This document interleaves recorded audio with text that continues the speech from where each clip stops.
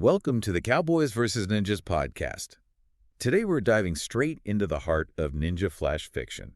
We've got two stories you guys sent in, and we're going to break down what makes them tick. You know what I mean? Yeah. We're looking at those core stories and what makes them so exciting. You know, I think what's really fascinating is just how different these two stories are, even though they both have ninjas in them. Yeah, and we've got two totally different characters too. Totally. So our first story, Fury Unleashed, introduces us to Kaito, a lone ninja, and his only goal is revenge. Classic. Yeah, after his whole clan is wiped out by these Black Lotus assassins, he sets out, to get justice. Makes sense. Now, the second story takes a hard left turn. Okay. It's called Unlikely Whispers, and we meet Taro.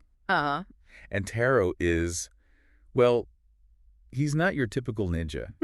He's a teenager who can talk to animals. What? Yeah, and when he finds out there's this plot to destroy his whole village, he has to team up with this, ragtag bunch of ninja pets to save the day. That's awesome. It is pretty cool. Right. So we've got this lone wolf driven by rage versus, an unlikely hero who relies on these unique abilities and animal friends. I mean, right there, that's pretty interesting. Yeah, it really makes you think about, what it means to be a ninja. Totally. So let's dig into Fury Unleashed first. This story is all about Kaito's quest for revenge against the Black Lotus for, wiping out his clan. And right away, the story makes it clear that Kaito is seriously skilled, like he's got this ninja run thing. Oh, yeah, I remember that. They describe it as so fast that no normal soldier could ever keep up. It's almost like he's bending reality or something. Yeah, it's not just running fast. It's like he's become a force of nature. Exactly. And then there's his sword. Moonlight's edge. Right. This is no ordinary katana. It's described as ridiculous. Like his ancestors forged it from a fallen star. Come on. I know, right? Ridiculous. It's impossibly sharp and light, and Kaito sees it as like an extension of his own rage. I mean, it really sets the tone, right? Like, this is a world where anything is possible. Yeah, and you get the sense that Kaito is holding on to this rage. Right. It's fueling him. Absolutely. So he tracks down the Black Lotus to this really rough port town. Ah, the seedy underbelly. Exactly, and he ends up in this brutal bar fight. Oh, yeah, that was a good scene. It was intense, right? And he ends up getting information from a low-ranking Black Lotus assassin. Ouch. But what's really interesting is that the story mentions all these whispers and rumors about Kaito that are spreading ahead of him. Like, people are calling him a vengeful ghost. So he's already becoming a legend even before he's finished his mission. Yeah, and that fear, it's like a weapon in itself. Locally. Those whispers lead him to the Black Lotus Fortress. And it's no joke. It's up in these snow-capped mountains, and they describe it as being practically impossible to get into. Right. It's like their ultimate hideout. Yeah, but of course Kaito isn't deterred. His attack on the fortress is described as this brutal ballet. He uses his ninja run to defy gravity-scale walls, dodge traps. It's almost poetic the way they describe it. Yeah, it's like he's dancing with death. And it really shows you how skilled and determined he is. Nothing is going to stop him. No kidding. Of course, he finally confronts the leader of the Black Lotus deep inside the fortress. The leader laughs him off, calls him a lone whelp. But that's a big mistake. Kaito takes him down quickly with Moonlight's edge. And that's when things get really interesting. Yeah, right. Because you expect Kaito to be overjoyed. Yeah. Mission accomplished. But that's not how it plays out. He gets his revenge, but the story says it only gives him this bitter satisfaction. It's like all that rage and all that focus on revenge, it left him empty in the end. Yeah, it makes you think about the cost of vengeance, Absolutely. The story ends with Kaito leaving the fortress, and he realizes that even though he's gotten his revenge, his journey isn't really over. He feels like his absurd sword might have a bigger purpose out there. Like maybe there's more for him to do than just seek revenge. It's kind of a hopeful ending. Yeah, in a way. Like maybe he can find some peace or use his skills for something good. What do you think? I think it leaves the door open for him to find a new path. He's certainly capable of great things, but it's up to him to decide what he wants to do with that power. Right. So what really stood out to you about Fury Unleashed? Was it the whole mythical vibe with Kaito and his crazy sword, or was it more about the emotions, the rage and grief driving him? Honestly, it was both for me. It was like this perfect blend of over-the-top action and really raw emotion. You could feel Kaito's pain, and that made him even more compelling as a character, even when he was doing these impossible things. Yeah, I totally get that. Okay, so let's switch gears and talk about Unlikely Whispers. This story is all about Taro, this teenager who can communicate with animals, and it makes him kind of a misfit in his ninja village. Yeah, he's definitely the odd one out. So the story starts with this squirrel running up to Taro and warning him about these bad humans who are planning to burn down the whole Hidden Leaf village. Yeah, it's serious business. And it's the animals who first realize that something's wrong. It's like they're the ones looking out for the village in a way. It makes you think about how we often overlook the natural world, like we don't pay attention to what the animals are trying to tell us. Exactly. So it turns out these bad guys are planting explosive seals, like enough to destroy the whole forest and the village. Yikes. Yeah, it's a big threat. And Taro realizes that his regular ninja training isn't going to cut it. He needs to find another way to save his home. It's a real turning point for him. He realizes he has to think outside the box and use his unique ability to save the day. Yeah, he has to embrace what makes him different. So he gets some help from this stray cat named Kuro.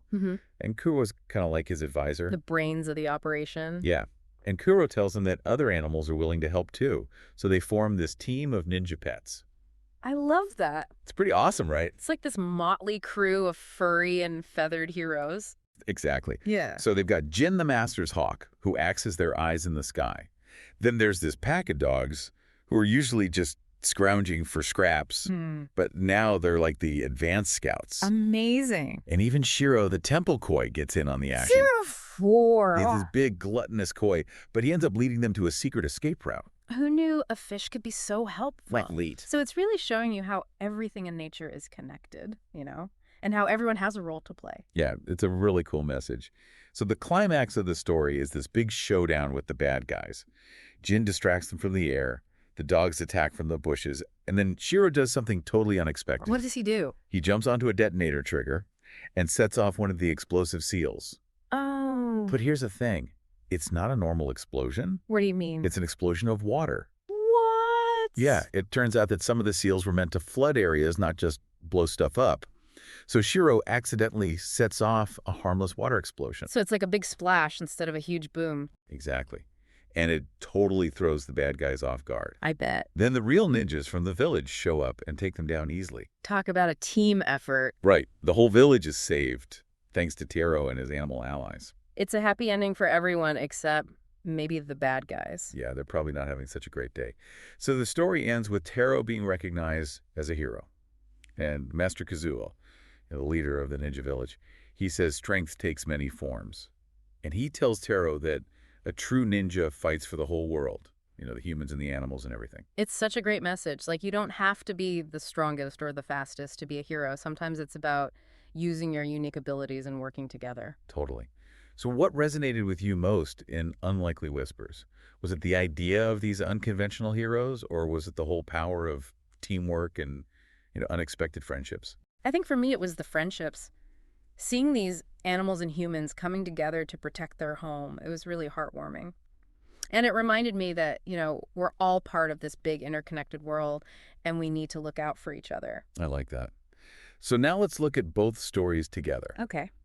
We've got Fury Unleashed with Kaito, this classic lone ninja. Super skilled, driven by revenge. Yeah, and he's got this almost magical sword, Moonlight's edge. That's a pretty epic story. And then there's Unlikely Whispers with Taro, who's kind of the opposite of a traditional ninja. Right. He's all about teamwork and connecting with nature. And his team of ninja pets is like something out of a funny cartoon. But they get the job done. Yeah, they do. Yeah. So these two stories, they're totally different in tone and style, but they both have something in common.